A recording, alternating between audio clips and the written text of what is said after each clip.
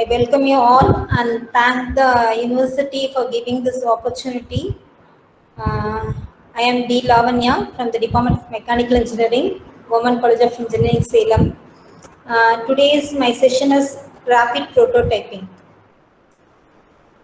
We know what is manufacturing. Manufacturing means anything is converted from raw material to finished product.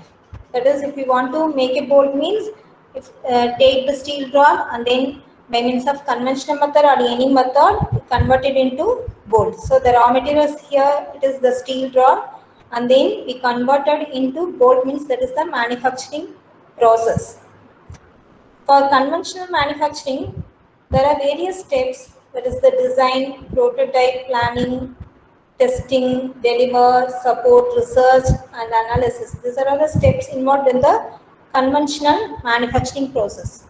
For this, for the above steps, there are 4 teams are working in the industry. First one is the design team. The design team members design a new innovative model, or they will renovate the existing model design to fulfill the customer requirement. As per the customer's requirement, okay, the design team members design the innovative models, and then or they will renovate the existing model design for the customer requirements. And then the second team, that is the production team, they will schedule the manufacturing work and produce the individual components to assemble for the final products. And then the third team is the research team. There are 4 teams. The third team is the research team, and they will do all kind of research impacts on environment and strength basis. And then the marketing team deliver the product to the customer and continuously follow the product to achieve the better results. So these are the steps involved in the conventional manufacturing process. And then here our topic is prototype. Prototype is a draft version or an approximation of a final product. Okay, it is an experimental process where design teams implement ideas into tangible forms from paper to digital. So design team works here. So the design team builds prototype of varying degree of fidelity to capture the design concept and test onto the end user. So the fidelity are 2 things, low fidelity and then high fidelity. In the low fidelity, that is the paper prototypes, and then it is the fast and cheap one, but it is the main disadvantage is lack of realism. But we can easily change the design and then test new iterations for the required product. For the low fidelity, anyone can produce the products. The next fidelity is the high one. This is nothing but the digital prototype that is created by the software. So by using the software, we can get more accurate and more applicable result. But it is costlier to create because of the software usages and then efficient labors. High fidelity is costlier to make. And then prototypes are developed for several reasons. The first one is to identify possible problems. From the customer, we have to create for first customer requirement, we have to create the problems and then to confirm the suitability of a design prior to starting mass production. After designing, we have to start the prototype model by means of a paper or by means of a digital form, and then the suitable design is to confirm before starting the production, so that the prototype is very essential. And then the next reason is to scale the model to conduct test and verify performance, and then for the visualization purpose, for creating the object, you have to visualize. That is, you can view the object in which model so that the RPT is very using, and then some prototypes are used as market research and promotional tools. Most importantly, it is cheaper to manufacture, test and make changes to a prototype than it to a final product. There are three stages, three phases. That is the first phase, the development of RPT. RPT is a group of technology and it is the alternative for the subtractive process. It is used to quickly fabricate a scale model or a physical part or assembly using three-dimensional CAD data.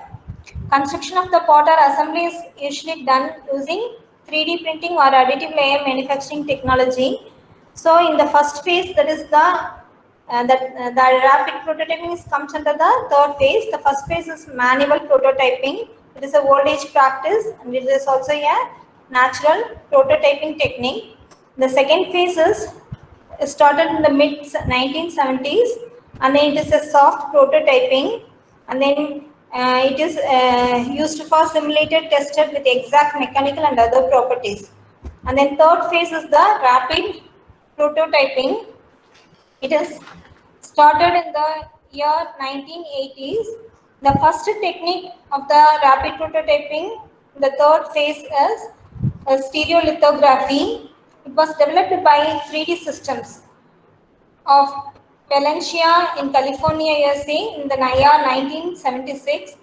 And the next thing, the 1988, the Stratasys company developed the fusion deposition modeling technology, and then the LOM developed by the Helicis, by the US company based, and then salt ground curing developed by the Cubital Corporation, Israel, and then the selective laser sintering technologies developed by the DTM of Arnstein and Texas in the 1989, and then multi-jet modeling by the 3D system, 3D printing by Soligen Incorporation, MIT, USA. And the third phase, we have the various technologies developed by the various companies, and then these prototypes can be used for limited testing, and then prototypes can consist in the manufacturing of the products. So this is the RPT, rapid prototyping. By means of layer by layer, we can construct the product, final product. So it was started by the 1980s, started in the year of 1980s. By the first technology is the stereography technology, and then rapid is relative. Some prototypes may take hours or even days to build because it is a layer by layer producing technology. So if the file size is bigger, means the product component took more hours to develop. And then it is an additive manufacturing process. We have two types, subtractive manufacturing and additive manufacturing. Mostly conventional manufacturing process or subtractive manufacturing processes. Here also in RPT also we have the subtractive manufacturing technologies are there. And 3D part by building, stacking multiple 2D layers together. Some of the common types are the stereolithography, selective laser sintering, selective laser melting, laminate object manufacturing technology, fused deposition modeling technologies are there. These are all the steps before producing the product. These are the various steps, basic operations. First one is the 3D CAD modeling. So first we create the model by using the software. That is the digital model of the part which is we are going to fabricate. This design by means of the CAD software, CAD any software. It should be a solid model. And then next, the solid model is converted into STL file. That is the standard triangulation language. The developed 3D CAD model by using the CAD software is tested and converted into STL file. For rapid prototyping system, it is required the STL file format because it is the universal format which is understood by the rapid prototyping machines. So the STL file stores information on model surface geometry like that. So after converting that CAD modeling into STL, we have to check the STL file as to fix for the our requirement. Here the tessellation is nothing but it's a piecewise approximation of surface. The CAD model which is created, it is tessellated and then by means of a triangles. Various shapes of triangles are there. Depending upon the model size, the size of the triangle vary. If the triangle size depends on the caudal error. So if it is a smaller triangle means it reduces the caudal error so that we minimize the triangular size. If you increase the number of triangles, that means by means of selecting the smaller triangles means it will increase the size of the STL file. So it will take more time to fabricate, but the accuracy is important in that RPT process so that the triangles, we may increase the number of triangles during the tessellation process. Okay. After that, after converting that STL file, it goes to the slice model into layer. That means in RPT, we are forming the layer by layer. The layer thickness depends upon the model size, and then for the it also depends upon the accuracy we are needed. And then it is fed into the CAD model. STL file is fed into the slicer program. The slicing determines the quality of the printed part, so that the slicer program generates G code based on the information in the STL file. The STL file stores the information on model surface geometry. So that surface geometry information is converted into G codes. It defines the movement of the extruder or laser on the platform direction during printing. In 3D printing technologies, we are using laser and then extrusion process like that. So that movement is controlled by means of this slicing models. So that G code develops the initial position and then ending position of the object. So that is the movement of that XY direction. So after slicing, the parts to be fabricated, that is produce physical parts. The model is sent to that 3D printing machine, and then in that it will be fabricated depending upon the material we are using.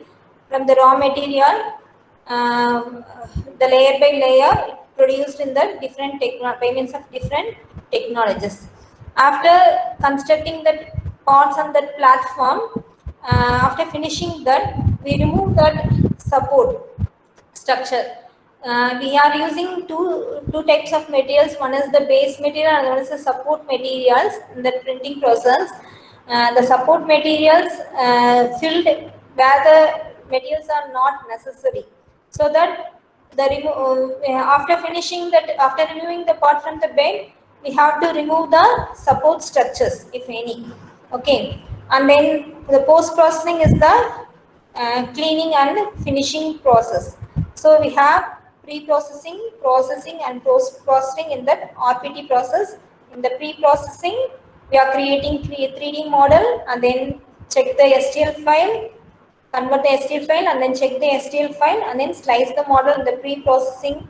After that, we produce that part in that machine, that is the processing technology, and then post-processing, we are cleaning the product, manufactured product and then finishing.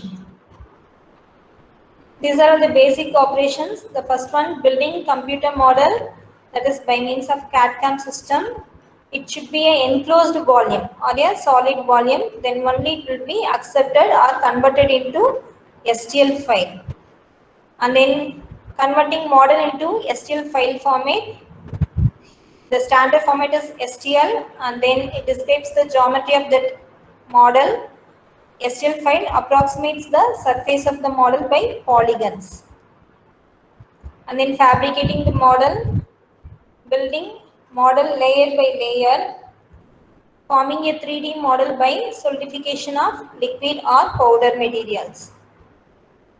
And then after fabricating, removing support structure and cleaning.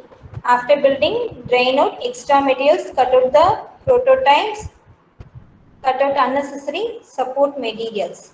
In some post-processing, there is super finishing and then other applications. That means we are cleaning, like there is more rust, means we have to dip in some solution for the cleaning purpose. Then application of rapid prototyping, and then it is classified into 3 types. First one is design, engineering, analysis and planning, and then tooling and manufacturing. In design, mainly we are using in that aerospace and defense industry. The RPT is mainly concentrated on aerospace and defense industry. In both these industries, the main requirement is to have components which are light in weight, but the strength should be very, very high.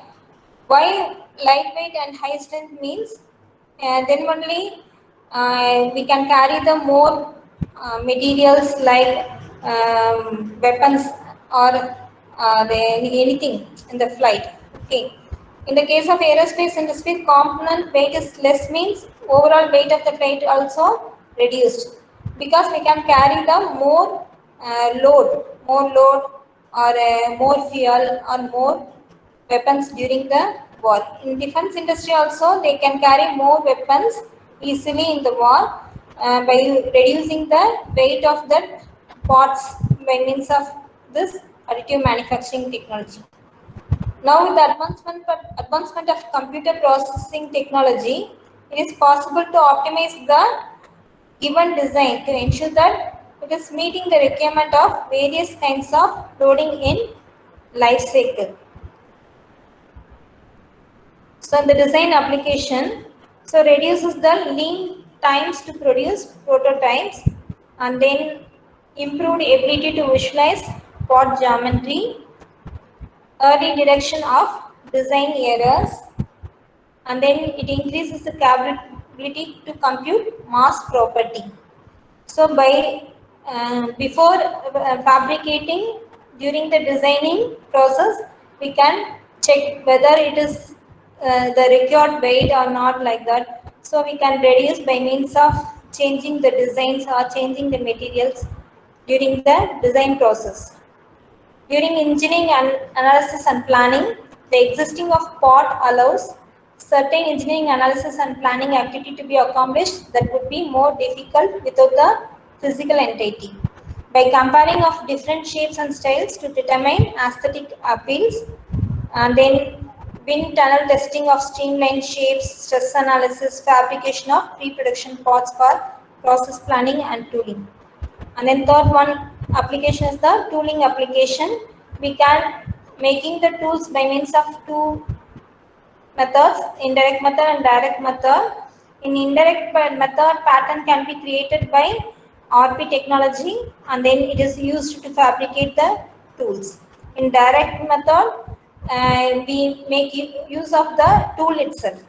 So the example for the indirect method is patterns for sand casting and investment casting, electrodes for EDM, and then for the direct method, it is 3D printing to create a die of metal powder, followed by sintering and infiltration to complete the die.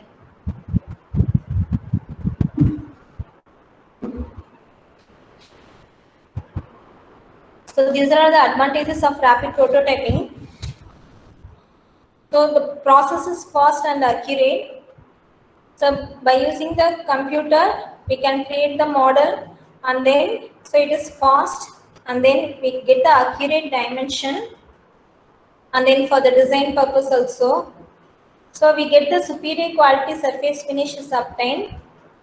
So if it is a conventional method, means that the dimension will vary, for that the quality will be not like RPT technology. So superior quality surface finish is obtained.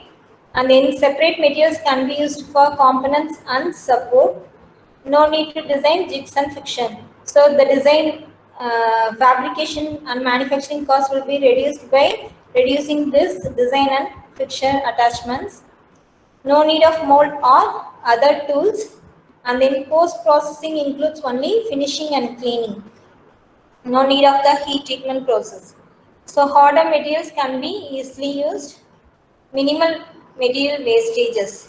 So in conventional method, we can waste many materials by removing the material from the raw material. So here it is reduced and then reduces the product development time considerably.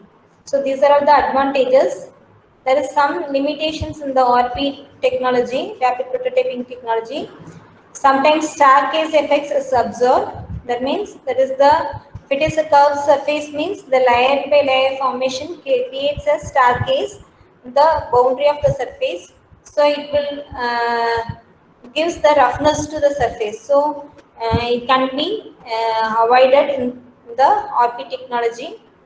Many times components get disaster from the bed if you place some layer by layer formation. If the height of the object is more means during that process sometimes it will be get distorted. So to avoid that, we have to give some support materials. If the height of the object is high means we give the support materials, proper support materials. And then limited range of materials and then cost of operations high. The limited range of materials means it's a customized machine. So if you want to make one material means that the machine will produce one that is for only one material because of the melting point of the material can't change in that machine. So it is the limited range of materials. So that for customized material, the operating system, that is the machine cost is also high. That is the limitations. While the stereolithography file, that is already told that the CAD model created is converted into STL file. From the user standpoint, the process typically requires only exporting or saving the model as STL file. But in some software packages, however, allows the user to define some specific parameters. The STL file format defines the geometry of a model as a single mesh of triangles. Information about color, texture, material, and other properties of the object are ignored in the STL file. Only the surface geometry is given in the STL file. When a solid model is converted into STL file, all features are consolidated into one geometric figure. So we convert into STL file. After creating that CAD model, the CAD software, we have to save like this, not save copy as in the .stl file format.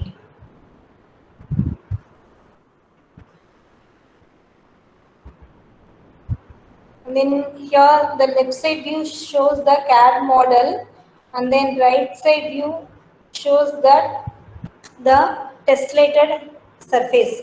It is by means of the polygon. That is the triangular formations shown here. And then this file format is sent to that RPT machine. Then only it will be sliced. So the slicing operations in the STL file. The slicing part is easier compared to the other methods as B-rate and then constructive solid geometry model.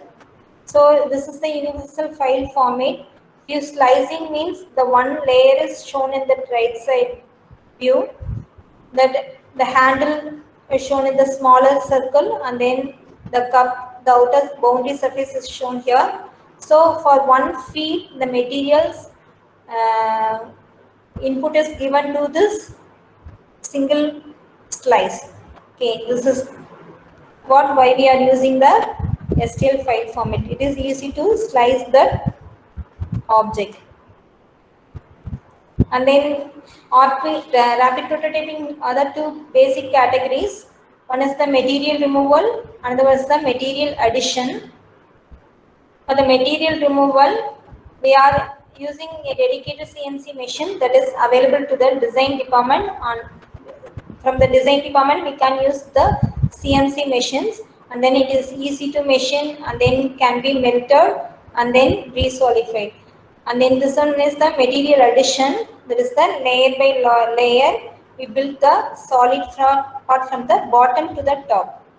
So these are the main classifications, that is classifications based on the liquid based, solid based, and then powder based. And then for the liquid based, we are using the resin and polymers for the raw material. In that, we have the following process of the liquid based prototyping, that is stereolithography, solid ground curing, droplet deposition manufacturing, or comes under the liquid based rapid prototyping.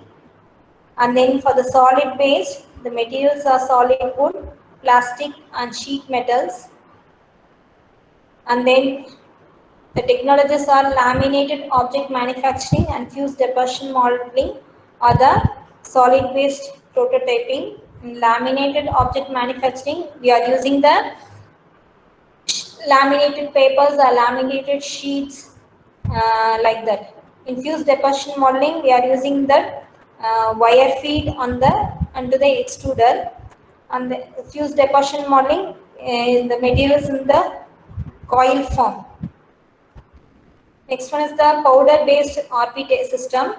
That is, here we are using some powder materials. Sometimes we are using nano materials, metals, polymers, like that. In that, the technologies are selective laser sintering, selective laser melting, three-dimensional printing, laser engineer, and net shaping. These are the technologies while using the powder based. The first one is the stereolithography. This is the liquid based rapid prototyping. By means of laser, we can build the parts directly from the CAD model by hardening the photosynthetic resin with a relatively low power laser. The figure shows the stereolithographic process, that you have the liquid resin, and then the part that it shows the required model part, and then you have the support structure, platform, elevation control, and then here we are using the helium cadmium laser, and then the laser is focused on the focusing system, and then it passes through the rotating mirror. So the rotating mirror guides the laser beam to the required parts in that platform. The high-speed stepper motor controls the rotating mirror. And then you have the right side sensor systems for resin depth. So you have to maintain the resin depth as well as the laser beam. So after getting that information from the CAD system, the laser passes through the platform. So the first portion, the upper layer of the resin, solidifies. That means by means of the laser, the required parts has been synthesized. Photosynthetic resin is relatively low power laser is here using. So first we are solidifying the first layer. After that, by using this elevation control system, the platform will be raised. So these systems are built up from the bottom to the top. So the bottom layer is formed. So the bottom layer, you have seen that there is a support structure. Then only you will get this U shape. So support structure is also designed for this stereolithography. So after getting that first layer, the platform raised upwards, and then again the focusing system, by means of focusing system and a high-speed stepper motor, the laser beam passing through that material. Here we are using the the material is the laser is helium cadmium laser, and then we are using that, we are curing that polymers or photomers, liquid photomers. Liquids are filled in the portion. So this process is repeated till the level is reached. So after that, the platform is lowered for repeating every time. It will be lowered. The another portion of the occurred. That means produced on the upper portion. So the each layer for the stereolithography is 0.076 mm to the 0.5 mm thickness. The thinner layer provides better resolution and more intricate shapes, but processing time is longer. So if you are reducing the thickness of the layer, means it will extend the time by means of passing that laser, and then the laser power we are using is 24 megawatt, and then the laser life is 2000 hours. Here the beam diameter we are using normally 0.2 mm. So the liquid monomers or polymerization occurs on the exposure of the UV light. The scanning speed of the UV is 500 to 2500 millimeter per second, and then accuracy is 0.01 mm to 0.2 mm. So these are all the companies mainly produced that SLA machine, that is 3D system, and then Aeroflex. These are the parts manufactured by using the SLA system, that is the shower head, aerodynamic, Formula 1, and then the printer assembly, and then automobile manifold, low rover. So these are all the companies and applications, the parts manufactured by the stereolithography.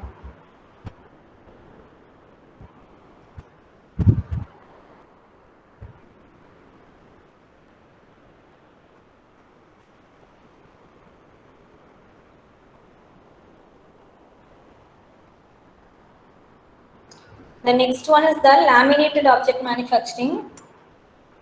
It is developed by the Helicis Corporation, and it is actually made of hybrid between the subtractive and the additive process. Here we have the two rollers. One is the supply roll, and then another one is the take-up roll, and then you have the platform here, and then from the supply roll, that laminated sheets, that is the raw material, the sheet materials are forwarded to the platform. The arrow mark shows that is passing through the platform, and then it is controlled by means of the program that is we already designed in that CAD model, and then the steel file. Depending upon that machine requirement, it will be passing, and then after placing the sheet on the platform by using the laser, it will passes through the required cross section of the part, and then it will be the hot glued sheets are stick together to the previous one, and then you have seen that laminated blocks, this is the height of the block, and then this portion, the checked portions are the part cross section cross hatches, and then laser beam passing through that portion, it will be fixed together to the previous layer, and then after finishing that first layer, that the roller rolls, and then will be collected, the empty sheets are collected in the take-up roll. Here that is the material we are collecting from the supply roll to the take-up roll. So here we are using that solid sheets, okay, sheet materials. It is a solid based technology, and then after the layer, the sweeper reacts the solidified layer with liquid, and the laser again trashes the second layer, so that the first layer is fixed to the second layer. So this process is repeated until the prototype is complete.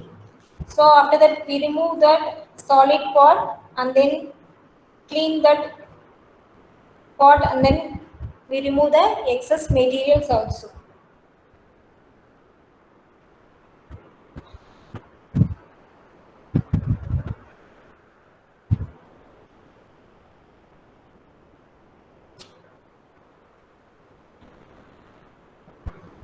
These are the steps involved in the laminated object manufacturing. These are the pots manufactured from the LOM technology, and then companies are Cubic Technology and then Kira Corp, Japan. The layer thickness here we are using 0.1 mm, so it will be less than that of the other technology. And then here we are using paper, plastic, cellulose, metals, reinforced fibers, materials also using. Accuracy is 0.1 to 0.2.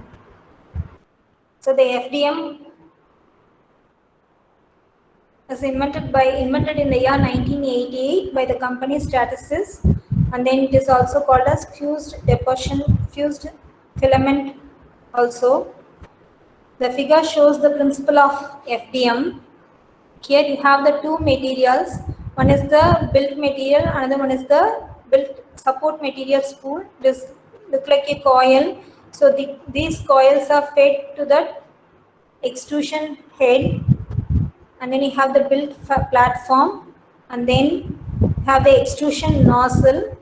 So the support material filament and then built material filament, you have the two nozzles in this FDM process, and then you have the drive wheels for driving the filament towards the nozzle. So in the FDM process, the layer formation by means of feeding the spool material to the built chamber. Here you have the built platform. It is a confined area. So in that closed area, you have to maintain the temperature. That is the chamber temperature. You have to maintain it. So then only that material, that is the extruded material, will fuse together. Otherwise, the layers are not formed in uniformly.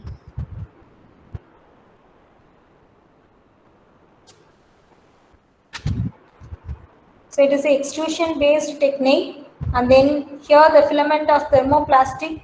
Sometimes we are using the metals. Nowadays they are using the metals also. Previous they are using only for the ABS plastic like that. In our college also we are having that ABS RPT machine.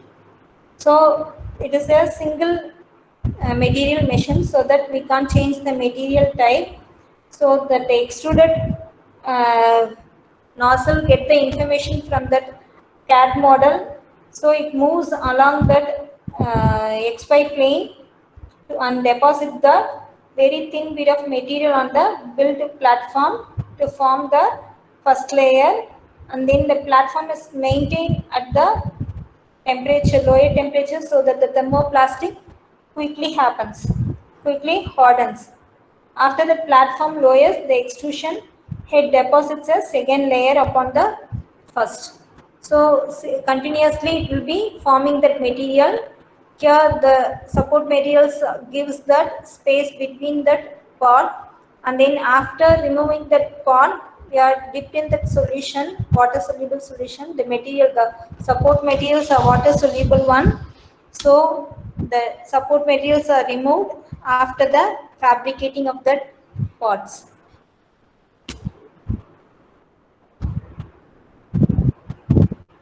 So the FDM machine, the model materials are the ABS, and then polylactic acid, polycarbonate, polyamide, polystyrene materials, and then the support materials are water soluble material for making the temporary supports. This is the ABS material. It is a part of the thermoplastic polymer family. It is created from the acrylonitrile and then sterile polymers. It has a grade plastic property. It is lightweight, has good impact strength. It is abrasion resistant and affordable. And then it is melting temperatures 20 degree, so 200 degree Celsius. So the building chamber is maintained less than that of the ABS plastic temperature. And then this is the polylactic acid material. It is a vegetable-based plastic material which commonly uses cornstarch as a raw material. It is a primary natural raw material used in 3D printing. It is a biodegradable thermoplastic material, and then renewable raw material also. Its melting temperature is 150 degree Celsius. It is a bottom-up method, that is from the bottom layer to top layer. So here also we have the pre-processing, production and post-processing. Same thing, pre-processing we are creating the CAD model, and then slicing, and then post-processing we are break up the support materials and then dissolve the parts in that water or any detergents, that is the ready to use materials. That is after finishing that part, the unnecessary materials are removed so that you get the finished products. So the various factors, various parameters affecting that FDM are for improving the quality of that prototype, we have to find that parameters what are all affecting the FDM process. Okay, this is the cost effect diagram of FDM process. For the concept models, the topology optimization and the STL files are comes under the concept models. The materials, melt and cool temperature, and then density, and then colors are the materials. Part built orientation, X, Y, Z direction. The X and Y directions are maintained by that extruder, and then Z direction by means of that table movement, upward movement. And then the environmental factors affecting are the temperature and humidity. And then for FDM machine, the machine controls the model build temperature, that is the building chamber temperature, envelope temperature, machine calibration, and then the nozzle diameter. And then for working parameter, that is the part interior style, raster angle, raster width, contour width and gap, part fill style, layer thickness, part shrinkage. These are the factors affecting the FDM process. Okay, the various parameters are contour width, air gap, raster width, raster angle, number of contours, perimeter to raster air gap. The air gap is nothing but the gap between that formation, the layer thickness is the thickness of the layer deposited by nozzle tip, and the value of the layer thickness depends on the material and tip size. So the nozzle diameter is standard one, so depends upon the nozzle diameter, and then material which we are feeding, that is the coil material diameter, the layer thickness depends on that. And then air gap and contour width. Air gap is the gap between the adjusted raster tool path of the same layer. In the same layer, the tool, the extruder was in zigzag manner, so that gap between that one raster tool to the another path is the air gap. The contour is the boundary portion. The gap between that boundary portion is the contour width. And then raster angle refers to the angle of the raster pattern with respect to the x-axis on the bottom part layer. And then it is very important in part of the having the small curves, and then it will be the angle between 0 to 90 degree. And then raster width, that is the width of the material being used for the raster. The smaller value will require less production time and material, so the larger value give them more time to build. So the value of raster width varies based on the nozzle tip size. And then contour to contour air gap. is the gap between the contour when the pot fill style is set to multiple contours. So we can change that contour fill gap fill style in the machine. We can change the dimension also. So perimeter to the raster R gap refers to gap between the innermost contour and the edge of the raster fill inside of the contour. So this is the build platform and then support structure. Sometimes there is a overhang pot. So that times we need the support structure in the bottom of the overhanging, and then sometimes we need that in the curvature means we have to fill the support material by this. So build orientation depends upon the XYZ axis platform, and we can produce more number of models in a single platform. If the size of the components is less means we can select the build orientation, and then you can give more number of models in a single fabrication method. So that time you will get more number of parts in the less time. Build style refers to the way in which the pot is filled. It controls the density of the pot. We have different styles, that is solid, normal, sparse, double dense. These are the build style which we have to select in the machine itself. And then solid normal fills the interior pot completely. It will build a pot with a stronger interior. If it is filled completely means the density will be increased. Sparse minimize the material volume and build time by leaving gap. It replaces a unidirectional raster. So if you are minimizing the material volume means the density will be reduced so that you can get the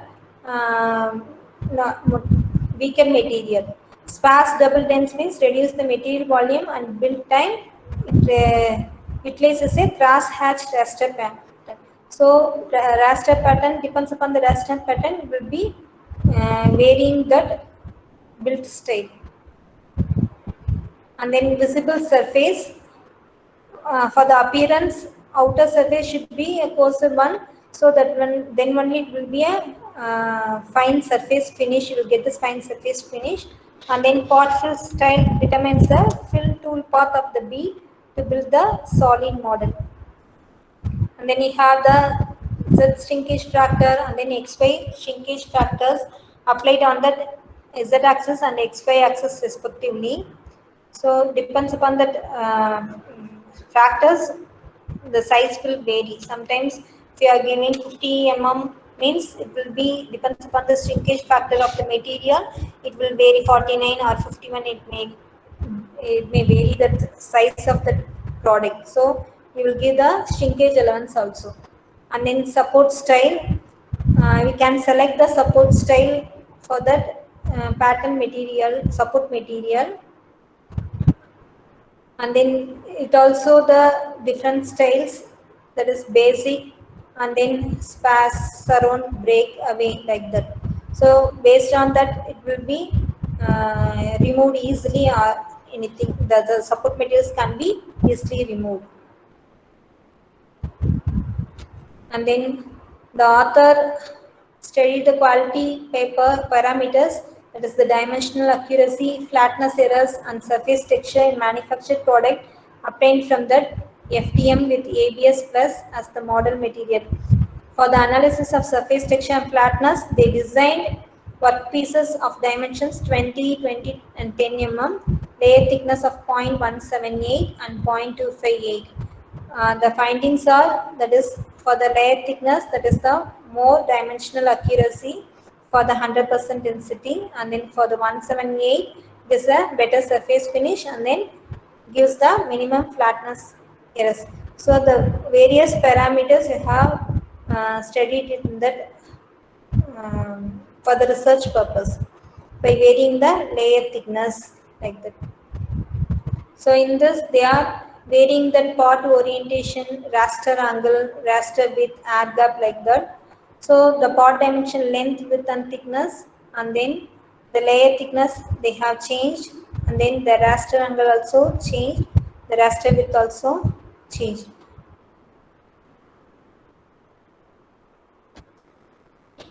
So the Anup Kumar studied the effect of the 5 FDM process.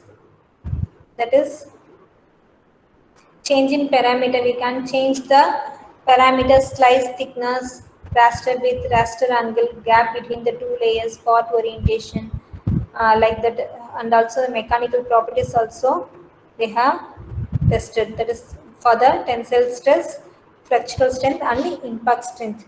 For the increment of layer of thickness, the tensile strength decreases first and then increases. The flexural strength decreases and then the impact strength is not defined.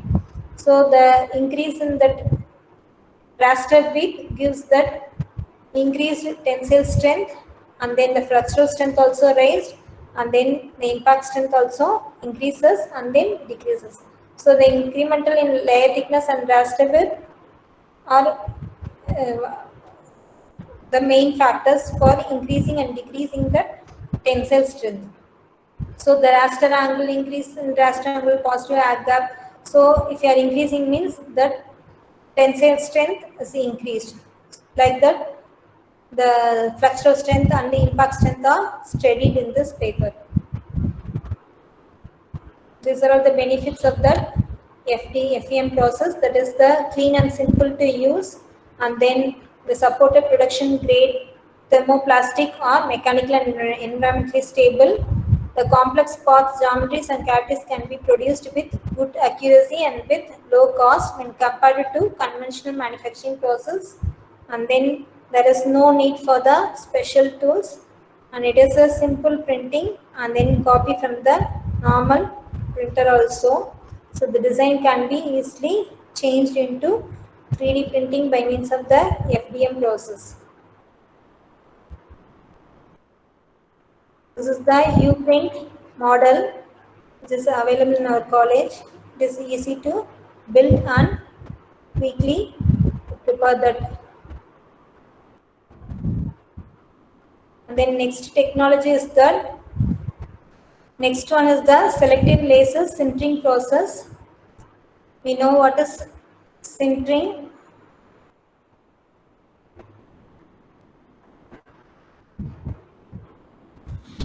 Okay. In this technology, we are using the powder-based technology. So in the sintering process, you have the 4 atoms. Initially, the grains or the atoms. You have the 4 atoms in the initial stage. The powder materials are the 4 atoms of the powder. It looks like this, and then you have the small grains, and then in between you have the big pore. The inter locations are the pores, and then you have the big pore in that initial stage. After sintering process, that means of heating, you will get the boundary has to be sintered, and then in the intermediate stage the grain size are increasing, and then the pore size are decreasing in the same shape, and then after again sintering means after sintering the grain size is big, and then the pores are to be reduced shape. So by means of this sintering process, we are adding that powder material. That is, the sintering temperature should be less than that of the melting temperature. So here you have the 2 atoms that melt fused together, that is sintered together, and then it will be a radial bridge between the particle. It's like a concave shape. Okay, this is known as necking due to the material response to lower its surface energy. Okay, the liquid state occurs when the powder materials heated means it will be started to melting, and then in the sintering temperature, that is by reducing the viscosity, it will be joined together, so that necking is formation in between the 2 atoms. That is the sintering mechanism. So it is an additive manufacturing. This is also layer by layer technique. In selective laser sintering process, we are using the high power laser to fuse small particle of plastic, metal, ceramic, glass powder into a mass, and then it forms the 3-dimensional shapes. And then the laser selectively fuses powder material by scanning cross section generated by 3D digital description of the parts. The same principle, the 3D STL file gives the surface geometry of the object. It will transfer it to the system, that is the SLS system, and then it will traces the laser. Here you have the two feed formation. One is the powder feed, this is the supply feed, and then another one is the collecting field. In between you have the object powder bed. Okay, that build chamber. Left side you have the powder field piston. So from the green color leveling lower, the direction is shown that levels the powder towards that pot, and then the excess materials are stored in that powder feed. Again, another one portion is the powder leveling. By means of this leveling roller, we feed the powder for every layer formation. And then by using that laser, and then the laser is passing through that mirror, that is X-ray scanning mirror. It will traces the part orientation, and then the laser beam sinters the part, which is the powder is sintered for the required model. And then again the leveling roller passing through the powder bed part. Again the powders feed to the built block. Again the laser will form the sintered the object. So the layer by layer will form. Here we are using the powders of polymers or anything. We can use metals like that. For that we can maintain the temperature. The temperature will vary for different materials. Nowadays they are using tungsten material, molybdenum like that. For high melting point materials are also using for the manufactured by the SLS process. So for each layer, that powder bed is lowered, a new layer of material is applied on the top, and then process is repeated, and then until the process is completed. So the finished part density depends on the peak laser power, and then laser duration rather than the laser duration. Here we are using the pulsed laser. So sometimes we are preheating the bulk powder material. For getting easily sintered that material, we can preheat that material that is just below that melting point to make it easier for the laser to raise the temperature of the selected region. If you are preheating that powder material, means we can use the less laser power. Laser cost is high, so that for reducing that we preheat that powder material. So these are all the flow chart for that. And then materials used in the SLS process are plastic powders, metal powders, ceramic and glass powders. And then these are the parameters: pot bed temperature, layer thickness, laser power, laser scan speed, energy density, and then powder shape. So sometimes the powder shape plays the major role, because during that the sintering mechanism, it will be the formation. If it is a even shape, means the powder shape, means it will be easily sintered.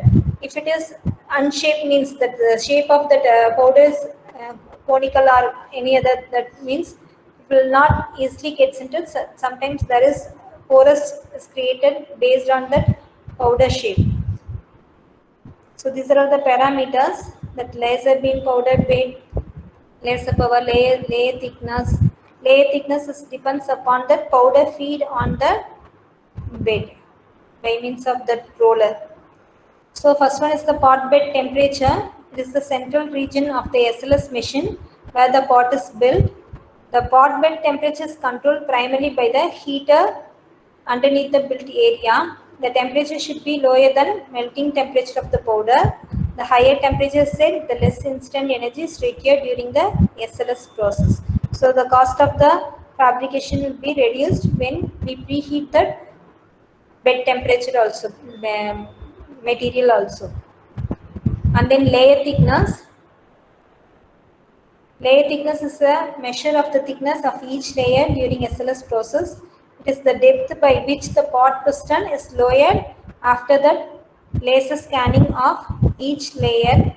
The thickness layer requires greater incident energy, so that the thicker layer will not give us very good surface finish because of the star stepping. That is, if it is a curved surface means we have the star stepping effect. So it's range from the layer thickness range from 0.1 to 0.15 mm. And then this is the laser power used for melting the pool. And then the laser power we can give it depends upon that material and then layer thickness which we are going to build. And then this is the energy density, that is the energy required, energy amount of energy into per area, that is depends on laser power, scan speed, scan spacing, and then it can be calculated by using this formula. So these are the factors affecting that object. So for getting the good accurate and surface finish, we are using that good correct parameters for the correct materials. This is the different parameters for that SLS materials.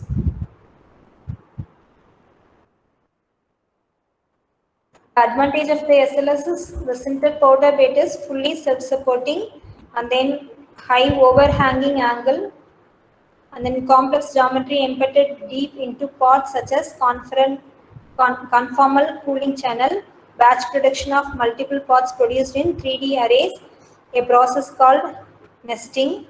Pot possesses high strength and stiffness, and then good chemical resistance. After completing that pot, we have to sinter the pot, and then it will be kept in the curing process. And then some of the disadvantages are, it has the porous surface. This can be sealed by several different post-processing methods such as the coating process or curing process. And then the price of the material machinery are expensive. Some materials are brittle in nature. During solidification, additional powder may be hardened at the border line. Shrinking and warping in fabricated pots becomes because of thermal distortion.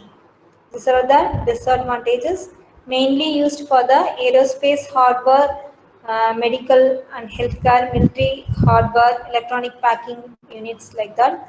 And the GE company by using that SLS technology, they are producing nozzle.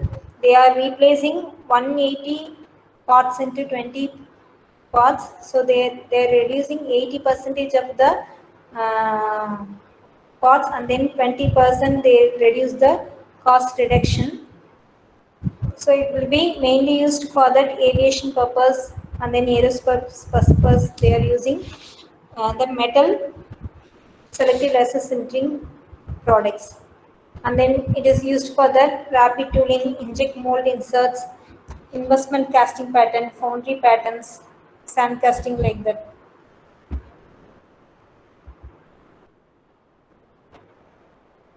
This is the selective laser sintering. Next technology is the selective laser melting. Like the selective laser sintering, melting is the difference between that we are using in the sintering mode, the selective laser sintering process. Here we are using that in the melting mode. We have melt the powder material for getting that pots.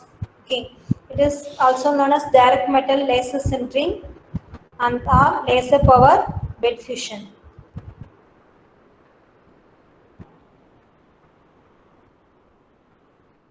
So this is the SLM machine. The main characteristics of the machine is maximum laser power is 50 watt. So high laser power we are using for the melting. Maximum laser scanning speed is 3 meter per second. Diameter of manufacturing plate is 100 mm. Height is 100. Then thickness of the layer is 5 micrometer. And then precision is vertical position is plus or minus 3 micrometer, and then the accuracy is plus or minus 50 micrometer per 100 mm, and then maximum volume of powder in the supplying model is 1.6 liter. So this is for the SLM machine PM100. This is the machine, and then this is the diagram for the SLM machine. Here also you have the supplying mode, manufacturing mode, and then leveling and compacting unit, and then here you have the manufacturing samples. Here we are using the fiber laser to melt that powder formation. So the roller is leveling the powder on the build chamber. So here you have the furnace, the closed surface. So maintain the furnace temperatures up to that melting point. So then only the metal is getting melted and fused together in the layer formation. These are the critical parameters of the SLM technique, that is the particle size, scanning speed, hatch spacing, layer thickness, energy thickness, and laser source. The same like that of the selective laser sintering process. The only difference is that the melting point. Here the hatching spacing is different for that, depends on the scanning speed, and then this one is the layer thickness, and then the hatch spacing is given there.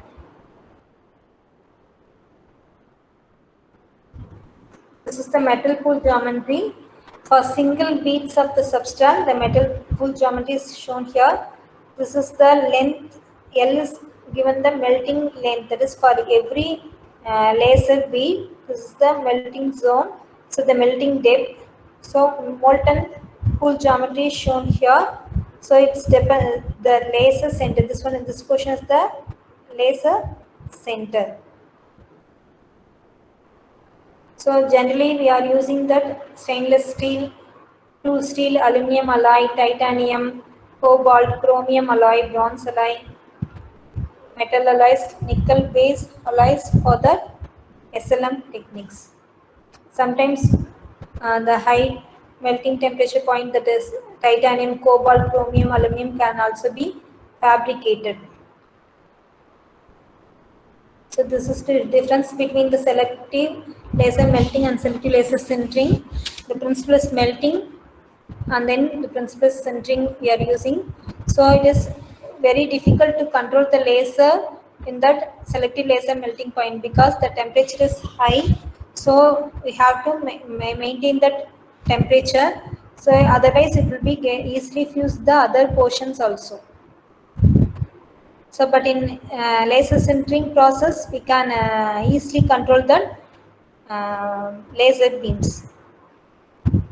So, selective laser machine is very economical, and then minimal material is used, and then time saving, and then offers reduced. But in investment cost is high in selective laser sintering process, and then it requires the direct labor cost. Direct labor cost is low. These are the various tolerance given for that various machine, SLS, FDM, SLM, like that. And then maximum part size have to be manufactured by means of that SLS, and then FDM is high, that is for industrial purpose they are using 900, 600, 900 mm. But in SLS and SLM it is very limited, up to 300 mm only we can manufacture a single part. So the maximum part size is minimum in that SLS and SLM.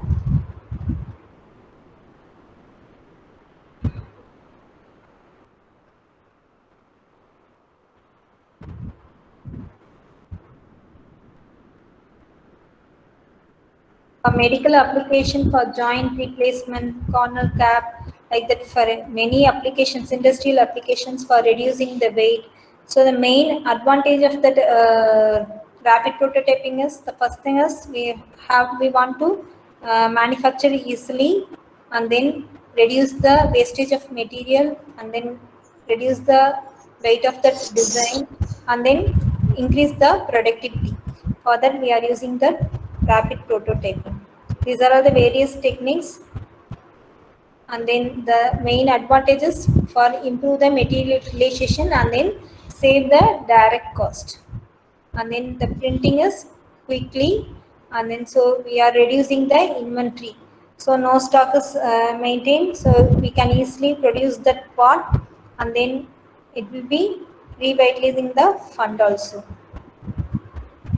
So the disadvantages are the not suitable for well-controlled composite materials, because the composite materials have the different melting points, so it is not suitable for the SLM technique. So high laser power is required, so the cost of that fabrication is increased, and then good beam quality, that is the expensive laser is required. Smaller scanning velocity gives the longer build time. So compared to that SLS, it requires the more time, and then melt pool instability and higher residual stresses are occur. These are the disadvantages in SLM techniques. So far we have discussed that 5 techniques, that is stereolithography, laminated object manufacturing, and then fusion deposition modeling, selective laser sintering, and selective laser melting. These are all the important topics in that rapid prototyping. Madam, I am Ram Gopal Reddy from RVR and JS College of Engineering, Andhra Pradesh. Madam, Yes, is it possible to produce GFRP and CFRP composites by using rapid prototyping? If it is possible, which type of rapid prototyping is used in this case? So in the college we are in the research mode, that is polymer based composite materials are first we are manufactured in the experience of extrusion process. So FDM is the best process for the composite materials, but not yet the research is completed. The research is going on, but at present the recent researches are going on for the polymers. So FDM is the best one. So for maintaining the temperature, after manufacturing that filament of that polymer, we can get the temperature of the melting temperature of that filament. So it is easily passed through that nozzle, and then we can manufacture by means of that FDM machine, fusion deposition modeling. Okay. So how it is possible, madam? So it is a continuous fiber. How it is possible? So we are using some glass fiber and carbon fiber, continuous fiber. So in that case, how it is possible to produce by using rapid prototyping, madam? So in fused deposition model, we are forming that material into a coil form. First you have to, coils are available in market also. Okay. So then one more question, madam. Is there any limitation on size of the powder in SLS? Sir, we can also use the nano powder also. There is no limitation. If you are reducing that size, means the laser power will be reduced, so that we can easily sintered or melted, and then you will get the density smooth. So there is no limitation, sir. We can reduce the particle size into nano.